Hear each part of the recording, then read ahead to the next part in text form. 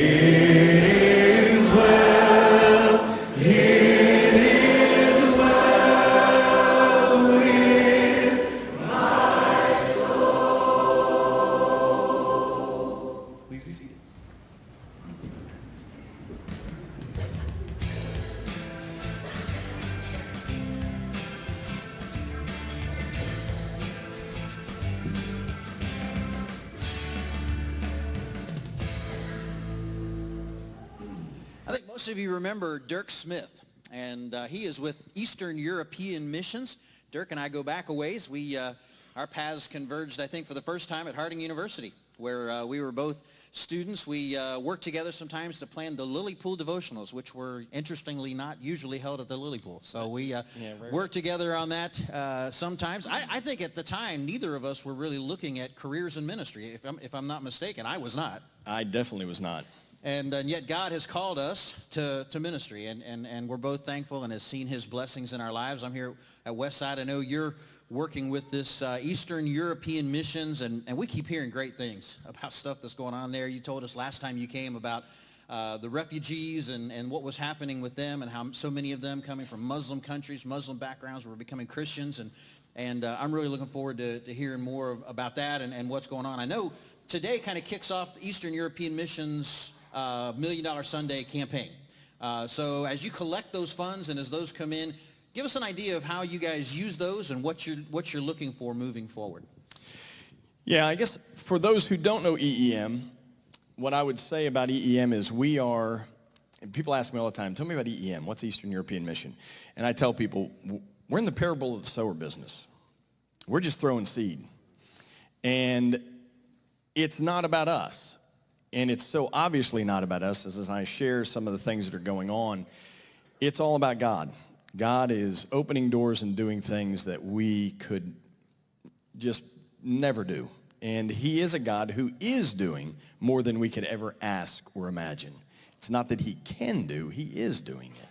And we're watching it before our eyes.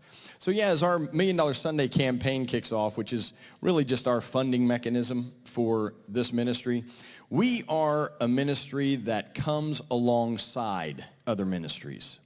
So to go with us, we have people come to us all the time and say, man, I want to go with you. Well, we don't really have that opportunity. I can connect you to people who are, as I say, the retailers. We're kind of the wholesaler. But if somebody's doing work in Eastern Europe, we're the ones supplying their materials. So one of the things that has kept us very, very busy, and I've got some brochures back there. This one right here is about our $1 Million Sunday campaign, and some of the things that I'll show are in there. But some of the highlighted opportunities that we're looking at this year, as you can see on screen, we distribute in 29 different countries. I know you all don't want me to go through all 29 countries in the 20 languages. We don't have time for that, so I'm going to pare it down to some of the highlights. But one of those nations that we do a lot of work in is the nation of Ukraine. And Ukraine has just been an amazing open door by God, and we continue at the request of government officials. We are putting Bibles in their public schools in their language, and they are teaching it as curriculum in their schools. At the end of 2016, we've put Bibles in half of the public schools in the nation of Ukraine. And it's amazing what's happening. Of course, it's not rocket science. They're wanting it to continue and to go across their nation, because as they analyze the results are this. In the schools where they're teaching the Bible, in the public schools, the test scores are going up and their discipline problems are going down. Not a shock. And so it's very pragmatic for them. Their president, who I don't believe is a believer, Poroshenko, I have not been told he's a believer. He has said this needs to happen across the whole nation. So we continue to do that. So this year we'll do 2 more regions. One of those regions is really a neat story. If you don't know the nation of Ukraine, there it is, the map. And if you've followed the news and the war that's taken place and Russia coming in and taking Crimea, Crimea's down there by the Black Sea, and the nation, or the area of Crimea, or the area of Ukraine, rather, that is highlighted there in the lighter green, that's what we call the Donbass region, or Donetsk. And that highlighted area is the free area, which is where the nation of Ukraine is still in control. So 6 years ago, they were one of the first regions that we put Bibles in their public schools. Well, a war broke out. And most of that area was absolutely destroyed and decimated. But now, as this raging fire has come through this region and demolished everything, all the Bibles that were in those schools were either stolen or destroyed. And they've called and said, we want them back. We've got to have the Bible back in our public schools. And it's a reminder that even after a raging fire comes through, when the Word of God is planted deeply in us, and we've seen this in forests, new growth comes up. It sprouts up again. It's been embedded deeply. And that's what we're seeing in the nation of Ukraine. So Ukraine has just been a ongoing work for us, and it continues to grow. We're also now being invited in this next year. It's a part of this campaign. We're being invited in by government officials to actually teach their teachers how to teach the Bible. So we will be doing 16 seminars across the nation of Ukraine in the university setting, teaching their teachers how to teach the Bible, how to use our materials in their classroom. You mentioned Greece, and that's the other one I'll highlight in our time limitation that we've got. Greece has been something that has just encouraged my faith as much as anything we've done. It's been very unique because we didn't do Bibles in Farsi and Arabic until 2015, at the end of 2015. And as many of you who were here last time I spoke, I believe I shared this, that in 2016, a request that we had at the end of 2015 for 4,000 New Testaments in Farsi and Arabic, by the beginning of 16 grew to over 110,000 Bibles. And so we have continued to produce Bibles in Farsi and Arabic. And as I travel over there and I meet the refugees, and was blessed to have my wife, who's here with me, to take her last year and have her have that experience. These people are beautiful people. And I know, much to our surprise, our media is not telling us the truth. They're not all terrorists coming to destroy us. They are families. They're us. They're us in a very bad situation. And as I've met them, and as they are coming to know Jesus, in my conversations with them, I've asked them, what was your draw to want to know about Jesus? I mean, you're Muslim. You were Muslim. That's your from birth. And their answer, and until you go, you're kind of, some people may write me off as, man, this guy's crazy, but I'm telling you, 99% of them say the same thing, Tim, and that is, I dreamed about Jesus. I dreamed about him. And then when you gave me, or I got this first Bible, and I read, everything that's in here is what he was telling me. It's these things that he was sharing with me, and they're in more detail, so I know it's real. Now, for us in this culture, we deny the mystical. We really do. We pull ourselves up by our own bootstraps. That's the American way. I got this. I can handle it. But they're seeing Jesus in their dreams, and they're coming to Jesus. They're literally walking into churches and saying, tell me about Jesus. I want to know. And then they're being baptized. And this is a great story. This is Masood, who is baptizing. Masood is an Afghan refugee who he and his wife came to Jesus 4 years ago.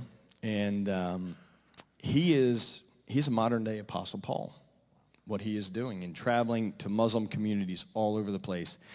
So now these refugees, as they are getting the Bible and they're reading about Jesus, they have a desperate need and a desire to tell their children, and children who are there who are orphans, because many of their parents didn't make the trip over. And so we're in the process of producing our teen Bible in Farsi and Arabic, which has been a task. Now, the vast majority, if not all of these refugees are coming from a Muslim background, right? Oh, all. Yeah. Yeah, and all so of them. they're having to actually leave the Muslim faith, which in that part of the world can be a pretty scary thing to have to do, and coming to Christianity, renouncing their Muslim faith. Terrifying.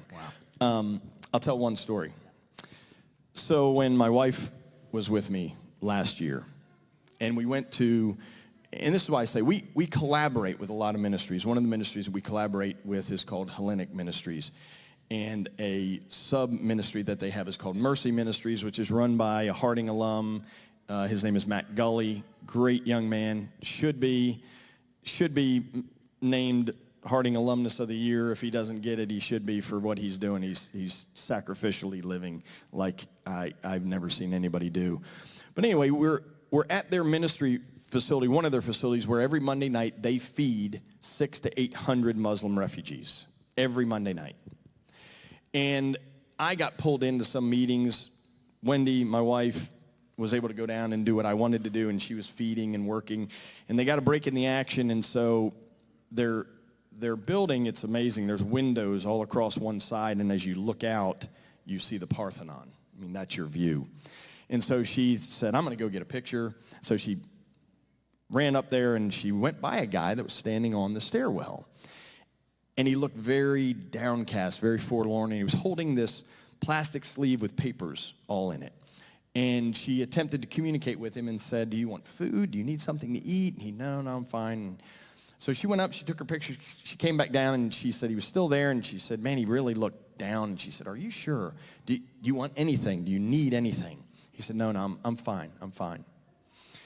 Well, shortly after that, Matt came and got me and said, hey, would you come and pray over a guy with me? And I said, yeah, absolutely. So we get escorted up to this little room, and he asked Wendy to come, and Wendy nudges me and says, that's the guy I told you about. Now, here's his story. He had just become a Christian, and he had to go back to the refugee camp. They can be gone for 3 days. After that, they're kicked out of the country if they're found. So he has to go back and check in, but he's become a Christian, and he heard that one of his other refugee friends had become a Christian, who he knew, had gone back to the camp, and some of the extremists got a hold of him and beat him nearly to death. Well, I know what we're going to pray for. Obviously, we're praying for his security and his safety. Yes and no. His prayer request was, if Jesus is really my Lord, I should not be afraid. There should be no fear. If I love him with all of my heart, soul, mind, and strength, perfect love casts out fear, all fear. So I should have no fear. I looked at him and I thought, I've never had to pray this prayer. But this is commitment. He's all in. And so we prayed over him for this. As he goes in and has to sleep on a cot in an open, tented area with one eye open, waiting for somebody to beat the stew out of him.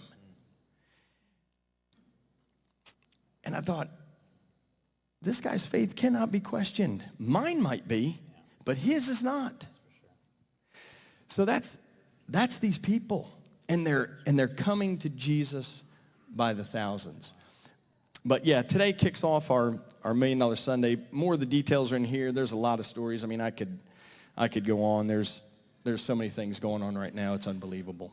What are some of the ways we can help you? What's the primary? Obviously, we can help by contributing, by giving of funds and that kind of a thing. Prayer. What are other ways that we can be involved in helping out what you're doing with Eastern European Missions? Prayer is number one. Prayer is number one. I am a firm believer in the power of prayer. And we need your prayers. We need your prayers for us. We need your prayers for the hearts of the people that are there, the receptivity of the people that are there. And helping us spread this news about EEM. Because unfortunately, I still find we're one of the best kept secrets. People have no idea that last year we distributed 747,000 books. This year, we're on track, and again, it's not because we're walking in and knocking on doors and saying, hey, would you like a Bible? These are from requests. We're on track right now to do over 1 million books this year. And it's astounding. So, yes, finances are great. As I tell people, we're in the parable of the sower. We just need help buying seed and getting it. We don't have any problem getting it thrown. We got people asking for it. If you want to, people say they want to go. we can connect you to some of our collaborative partners that we partner with. And LST is one of them. We do a lot of collaboration with LST. In fact, now in all Eastern European countries, at the end of their reading time and their celebration party that they have, we provide them Bibles in the native language, and they give a Bible in the native language. So we can connect you.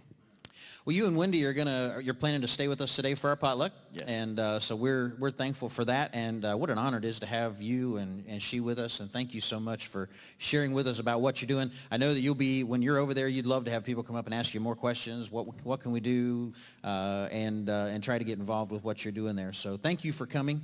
Thank you. Thank you, Wendy, for being here with him. And we'll look forward to talking with you more afterwards. Thank you. All right.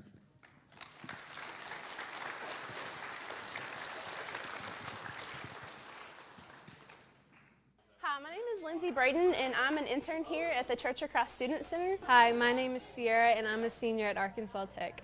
Hi, my name is Destiny, and I'm a junior here at Arkansas Tech. This summer, I worked at Camp Peniel in Marble Falls, Texas as a camp counselor, and my biggest takeaway was that when you fully trust in the Lord, He will lead you beyond your wildest dreams. This summer, I got to work at Camp Caudle as an intern along with 7 other interns. I was an intern at Camp Caudle this summer, and I had the opportunity to just help make camp possible for kids to come to, whether it was cleaning or running events or teaching classes, and it was just a whole lot of fun because I got to work with kids, which I love to do. My biggest takeaway is the fact that I got to experience something new, because that was something that I hadn't done before, was work for God. It was a very surreal moment whenever I got to realize, like, I was in these kids' position, and that's the reason why I love camp, is that I got to come and be a kid. And then now I got to teach those kids. And I'm hoping that those kids, they've listened and they've understood, and then they will go out. And I learned leadership skills, and I learned how to work with the team, and I grew in my faith. And it just makes me think, like, how awesome God is and how He can transform your life and put you in places you never thought. Hi. Wonderful, merciful Savior, precious Redeemer and friend, who would have thought that a lamb could rescue the souls of men? Oh, you rescue the souls of men. Counselor, Comforter, Keeper, Spirit we long to embrace. You offer hope when our hearts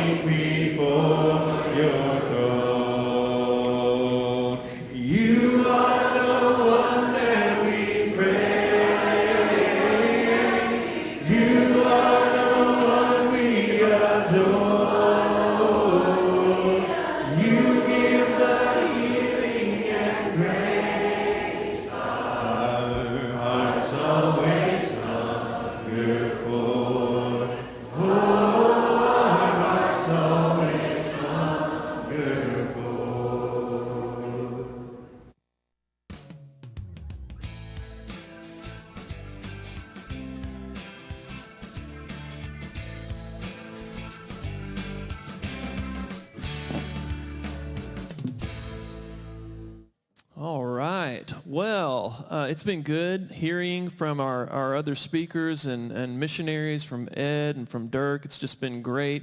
I'm here with my friend Brady, and Brady is with Southern Christian Home, and it's another great mission that Westside works with and supports, and unlike the other ones, it's in our backyard. And so Westside is a congregation that believes that we need to be involved foreign and across the pond, as they would say, and also here domestically. And so looking forward to hearing from Brady. Brady, why don't you tell us just a little about your background and what you do at Southern Christian Home?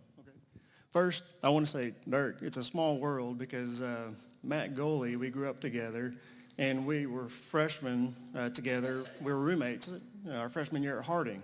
So it's neat. He is a great guy. I went to school with Goley, too, and that was pretty awesome hearing what he was doing. Yeah, he was a little crazier back then. Yeah, and what I'm most thankful for is he actually introduced me to my wife, Kristen. Yeah, so...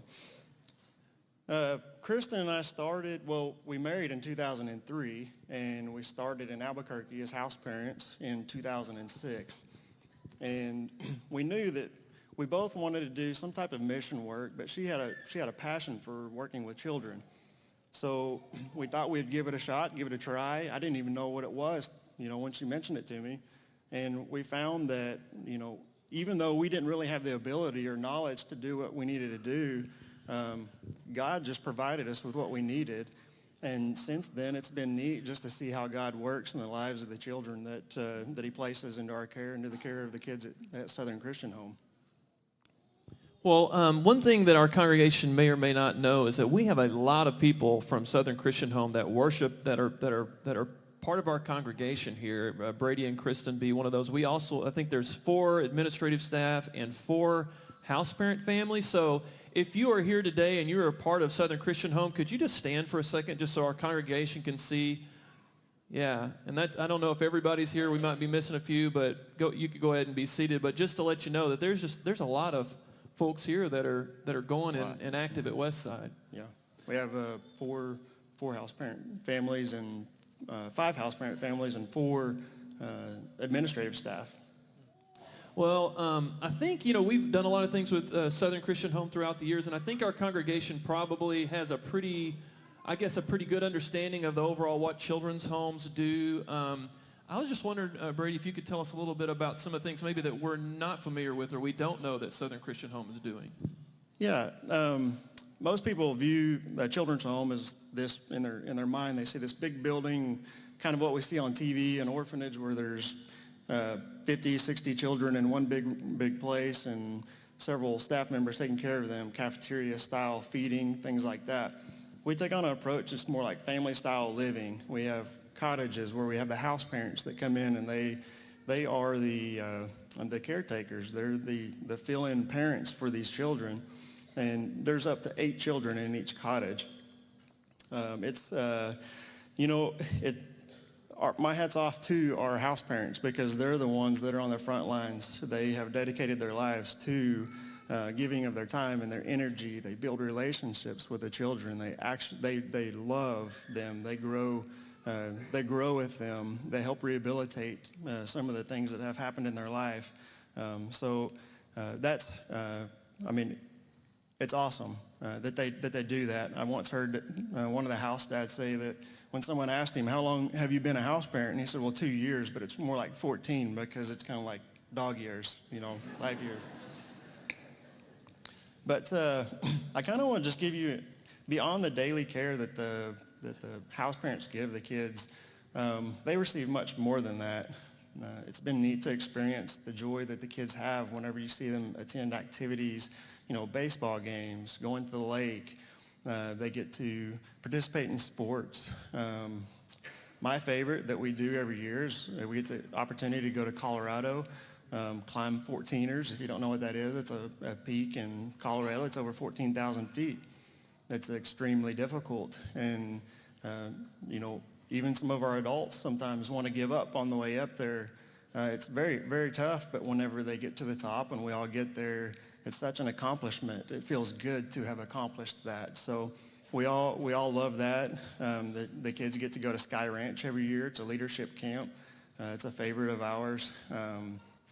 the high ropes, low ropes, all kinds of activities. And I have to mention, each year they have an opportunity to go to Camp Cottle. Yay, Camp Cottle. They do a wonderful job working with the kids and loving on them, and we're thankful for that. I seem to remember you telling me something that you guys were doing using horses in a kind of therapeutic way. Could you tell us a little bit more about that? Yeah, for those of y'all that don't know, we have a farm just north of Morrilton. It's about 235 acres, and we run cattle on it, and we have horses as well. We normally keep around 40 mama cows, and we have plenty of beef to eat through the year, and our hogs that the kids show in the fair each year, we get to eat from that as well. I'm sorry, kids, if you didn't know that. But as far as the therapeutic side of it, a few years ago, I had the opportunity, I was asked, growing up on a farm and knowing a little about horses, if I wanted to learn more about how horses can help humans. So, I thought that sounded pretty neat, and I said, sure. So after a few trainings that I got to go to, came back and got to put it to use. And I'll share just a quick story of what that looks like. And it was kind of the first time that I got to see, wow, this actually works. But we had a boy, and he was close to 16 years old, and he was tough. He had dealt with a lot of things in his life that kind of had him closed off as a person, and we really wanted him to open up, but we really didn't know how to make that happen. And so we put him in the arena. And one of the activities that we had to do was called Build Your World. And he was in the arena with one horse, and he and I were standing in there. Therapist was outside just observing. And we put a bunch of objects out into the arena, from stuffed teddy bears to timbers to chairs to old tires, all kinds of things you can think of. Well, in that activity, you ask them to name those objects. And it's interesting to see what kids come up with and what they name each one. But then after they name those, you ask them to name the horse. So he did that, and the horse's name, he named it Love. Something he wanted in his world was love. Well, I had asked him to take about 30 minutes and go create his world with all of those objects and name them. And after he had done that, the timbers that I'd placed in the arena, he went over to the corner of the arena and put the chairs out so that the timbers were about 3 feet up off of the ground. Well, the goal was for him to get the horse, or Love, into his world. And the only rule was he couldn't feed the horse or tempt it to come in any way. He couldn't put a rope around its neck and haul it in there. So he basically had to use pressure, encouragement, to get the horse to go in there. Well, he struggled and struggled and struggled, and it was so hard for me watching. I knew what he needed to do, and that's where the therapy comes in, and you just have to let it happen. They have to figure it out on their own. Well, for him, it finally clicked. It literally took at least 30 minutes, and he walked over, and he picked up one of those timbers and threw it. And the horse walked right in, and he turned around and he said, I got it. He said, I got to put my barriers down if I want love into my world. And he left, and the therapist, he said, I could have had 10 sessions in my office and not achieved that. So that's when we really learned how useful the horses could be in our program, and that's why we continue to use them. We not only use them for that, but we also use them to teach and train our staff using pressure. Cowboys use pressure with animals. If you apply too much pressure, they're going to buck and kick, and you're probably going to get hurt. If you apply too little pressure, you're not going to get the results that you're asking for. So we use that in that way as well. And you don't eat the horses. Just want a disclaimer out there, right? We don't eat the horses. It's kids, it's okay. Yeah. No, thanks for sharing that story. That's awesome. Some of the things you're doing. I really wanted to let our congregation know. And the last question I want to ask you kind of piggybacks off of that a little bit. My wife and I don't know if all of our congregation knows, we worked with children's homes for a while and did some house parenting work with a children's home in East Texas. And one of the things I remember from my time working there is there was a lot of volunteers that helped, and people want to help. People always want to help, and sometimes even in our desire to help, we don't really help to the level that maybe the children's home really needs. I could think of many rooms that got painted, about 10 times because, it was like, well, they want to paint, so we're going to let them paint. I think our congregation is kind of past that point. I think our congregation, the heart of this congregation, is to really, really help you guys, as so many of you are already a part of us.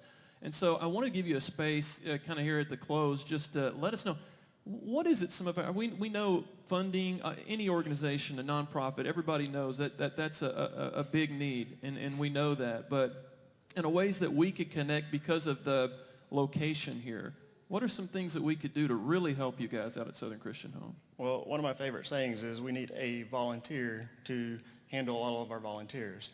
We need a coordinator for that. If you're gifted in that and you have some time on your hands and you come to our campus and say, oh, this needs to be done, there's many people here that already have relationships with us at the home. I encourage you to put a group together if you'd like. It would be super helpful for us if you did that. Something that some of the groups already do here is hosting birthday parties. We have a need for that. If you like baking cakes, if you like to throw parties and have games and things like that, there's several birthdays throughout the year that the kids would benefit from having someone throw a nice birthday for them. I know that our house parents, they get tired.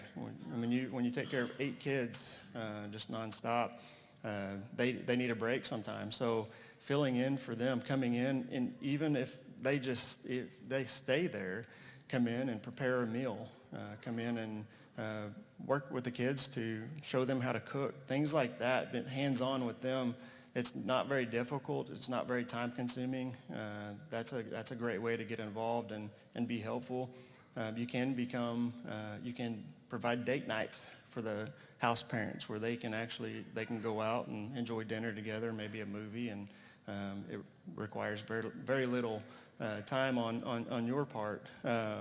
So that would be helpful for those of you that like to mow. We have 80 acres in town and 235 out at the farm. We're constantly trying to keep up with that.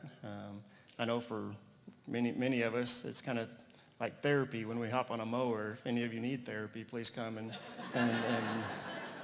help us out there. We do have projects listed on our website, and if you have, if you're skilled in any way, if you want to come over and use those skills, we appreciate that. The main thing that, most of you probably see our flyers and hear us talk about it all the time, but we're constantly looking for house parents, those that have a passion for making a difference in the lives of the children. I can tell you that it's very, very rewarding work. It's needed, and the kids benefit greatly from it. If you're interested in knowing more about that, please, talk to me or my wife, Kristen. We can tell you more about that, or some of the house parents that are here. They can talk to you about that as well. Thanks, Brady. Thanks for being here. One thing I wanted to mention is our share groups. As we are looking for that kind of out, we talked a lot about our share groups that we get together and we spend time, and we are doing kind of that upward focus of God and that in focus within our groups. We're also wanting to get out and do some things. And I mean, what a better, what's a greater opportunity to get out and do some things? And it sounds, everything we talk about, you guys really want that connection with our church, and whether it's just sharing a meal with some of your house parent families or providing a break, that there's opportunities for our groups, for our members here to be involved with that. Thanks again for coming, Brady, and thank you all for this morning for being here. It's been a great day already. I'll mention again that directly following this service, as we dismiss here in just a few more minutes, we're going to meet across the road and have a potluck celebration to continue this celebration of our mission efforts and all the good things that are going on. And if you have questions, I know these folks will be happy to answer them, and we'll have some booths set up. So please don't be bashful. Get to know Ed and Dirk and Brady and some of our other missions that will be represented here afterwards. We don't want to close out ever without providing a space for our congregation to respond. If someone is here, has been touched this morning, or would like to put on Christ in baptism, we always want to be able to honor that and to do that. And so we are ready to do that. It might just be that you need to come this morning and ask for some prayers. There might be something going on in your life that you need prayer for that we could pray in a public way about. You might just want to pray privately with someone. And so we're going to have some of our leaders being around the congregation, and we are happy to do either one of those. And we just want to pray with you. And once again, we're thankful. Let's continue to pray for all of these missions and ministries that we support and ones that we don't support, and thankful that the church at large is supporting these things. So we're going to do that now, and Zach's going to come and lead us in a song.